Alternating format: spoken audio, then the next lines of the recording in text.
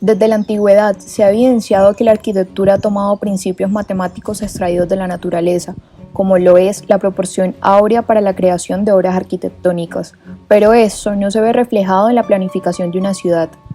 He ahí el interrogante: ¿qué componentes se extrae de la naturaleza para la composición de ciudad?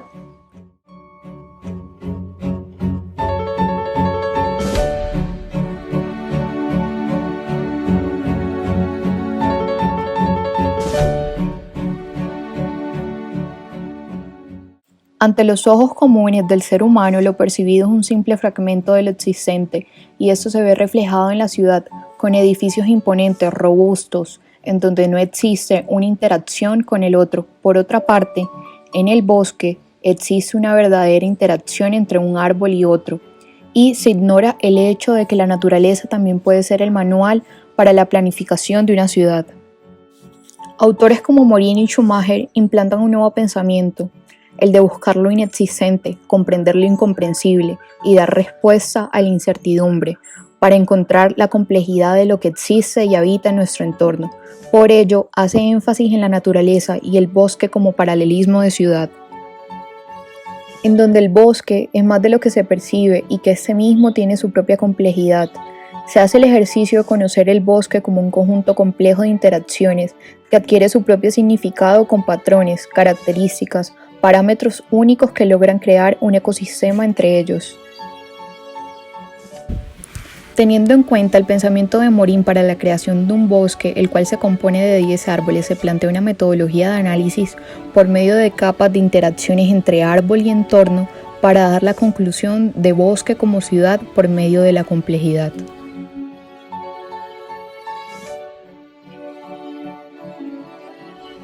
Es todo lo que nuestros ojos no perciben, es la capa del oculto, se encuentra bajo tierra y crea una red llena de organismos vivos que transmiten nutrientes e información a cada árbol del bosque, la cual evidencia que mientras en la capa superior cada árbol es único y aislado, en la capa del submundo estos se mantienen en constante comunicación y coexistencia.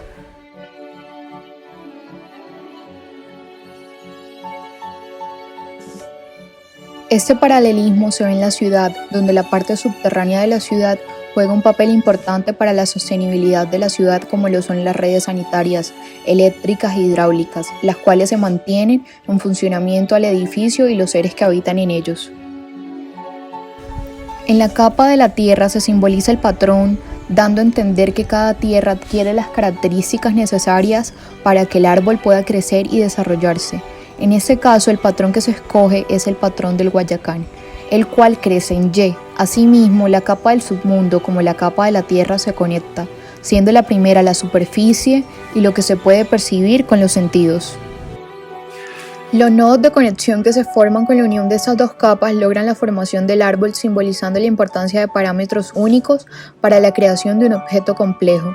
De igual manera, estos parámetros se ajustan a la ciudad, en donde la superficie de la tierra y sus características cumplen un factor fundamental para la creación de ciudad. No es lo mismo implantar una ciudad costera en una montaña o copiar el modelo de ciudad en climas tropicales a climas estacionales. El viento se encarga de transportar las semillas, sea en forma de semillas o esporas. Los animales, por su parte, son polinizadores, sea llevando entre su cuerpo las esporas, el polen, por medio del transporte de los frutos de un sitio a otro, también a través de sus heces. El árbol, como medida de reproducción y supervivencia, hace trabajar su entorno para así perpetuar su especie a través de diferentes formas de semillas. El bosque es un sistema abierto que funciona multidisciplinariamente, sucede en tiempo real y a diferentes escalas, se conecta, funciona con parámetros y funciona al mismo tiempo en diferentes dimensiones. El ser humano, con sus distintas actividades diarias, va modelando y construyendo la ciudad. Cada cambio repercute en la estructura social y en el tiempo real va sucediendo. En esa capa se evidencia la manera en que la humedad y las raíces contribuyen al crecimiento del individuo. El agua obtenida del subsuelo gracias a fuentes hídricas cercanas o retenciones de lluvias anteriores, junto al agua superficial producto de nuevas lluvias, recoge hojas, ramas, tallo y raíces a medida que éste las necesita. Aquellos individuos que tienen la posibilidad de tener el suministro constante son las que prosperan, mientras que hay otras que se les ve limitadas y tienden a no crecer tan rápido y morir. Por otra parte, las raíces estabilizan el suelo y le protegen de padecer inundaciones o sequías. Así pues, la ciudad condiciona las actividades que se hacen en los diferentes espacios, adaptándose al tipo de suelo o uso, como lo es la necesidad de captar el agua para consumos regulares y, por último, el tipo de cimentación que requiera dependiendo del mismo. Según Morin, la integración de las realidades expulsadas por la ciencia básica expone la necesidad de ser adecuada para el objeto y el objeto a ella, pues se ha desprendido de lo que le caracteriza, le compone y cómo se integra o cambia con el pasar del tiempo. En diferentes ecosistemas, la sombra proyectada de las mismas especies disminuye la evaporación de la humedad que se va generando. Esta humedad trae consigo partículas que se encuentran en el aire y permiten el crecimiento de una nueva vida. En esa capa se rescata el mutualismo existente entre los individuos, específicamente las micorrizas, donde el intercambio de beneficios como nutrientes y vitaminas permiten un crecimiento sano y constante de ambas partes, tal como la protocooperación entre flores y abejas permitiendo una vida longeva. Teniendo en cuenta Morin, el apartado de Por la unidad con la ciencia explica la importancia de identificar esas interacciones, rescatando la unidad y la diversidad que les precede, asimismo como la continuidad y ruptura como resultado de los diferentes intercambios. En ese, es preciso indicar que la unidad, al estar adherida a otra, no se ve comprometida a perder su individualidad. En la ciudad, los asentamientos urbanos nacen de la necesidad de la población de sobrevivir, que con el tiempo y con una buena planeación se convierte en urbanismo emergente participativo, el cual busca proponer soluciones e implementar iniciativas para mejorar como comunidad. El agua se encarga de activar la vida, ya sea por lluvia, condensación, rocío o agua subterránea. El árbol, al expulsar las hojas, va creando un caldo de cultivo donde da origen a organismos como hongos, crea una capa de abono que precede a nuevas especies, y el abono creado a partir de los montículos de hojas fertiliza la tierra y permite que plantas como musgos, setas, arbustos y nuevos árboles renueven el ciclo del bosque. La economía, el capital privado y social permite el cambio y avance continuo de la ciudad. La construcción y renovación permanente de lotes hacen que el ciclo de la ciudad se renueve, incluido el ámbito social. Las ciudades son imperfectas y de eso se trata la complejidad, de entender el desafío entre la simplificación y la generalidad. Las ciudades emulan el sistema orgánico y natural, todo está integrado y funciona al tiempo, una parte obedece al otro y viceversa. Acá la evidencia de cómo algo externo es cómplice del fruto de otro, el viento partícipe de la renovación, el darle una nueva apariencia al árbol, pues el árbol funciona como una cooperación, una armonía con lo externo, que lo enriquece de la forma más sencilla, como que el viento es responsable de su limpieza, pues ahora bien es así una de las formas de las que el árbol mantiene su belleza.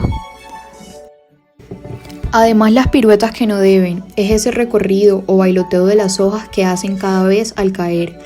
En la ciudad, como agentes externos a la edificación, a las calles o estructuras, son las que la mantienen como un aire de nuevo. Sin darnos cuenta, es ese recorrido transparente de cuerpos los encargados de mantenerla firme, las personas. Una vez más, el agente espacial hace de las suyas, el viento. En este punto lo que prima es un sentido que lleva al otro, el oído, la parte auditiva que lleva a la sensorial. Y lo hace de la manera más fácil, el choque de las hojas, ramas o todo lo que componga el árbol con la corriente de aire. Nos regala el sonido del viento. Ese mismo no solamente entra al oído, hace una ambientación del lugar, le da una identidad y a su vez nos transporta en eso a los recuerdos. Y así se replica, no solamente pasa con un árbol. La identidad, la caracterización, el recuerdo, también se graba en las ciudades.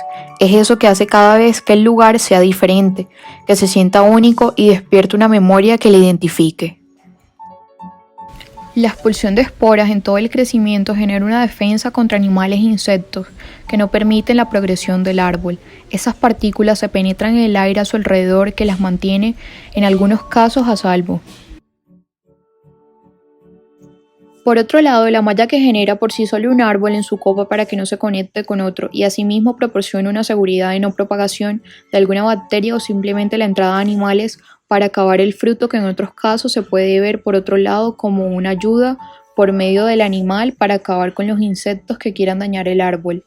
Las ciudades tienen mecanismos de defensa, las cuales se pueden interpretar como normas y leyes.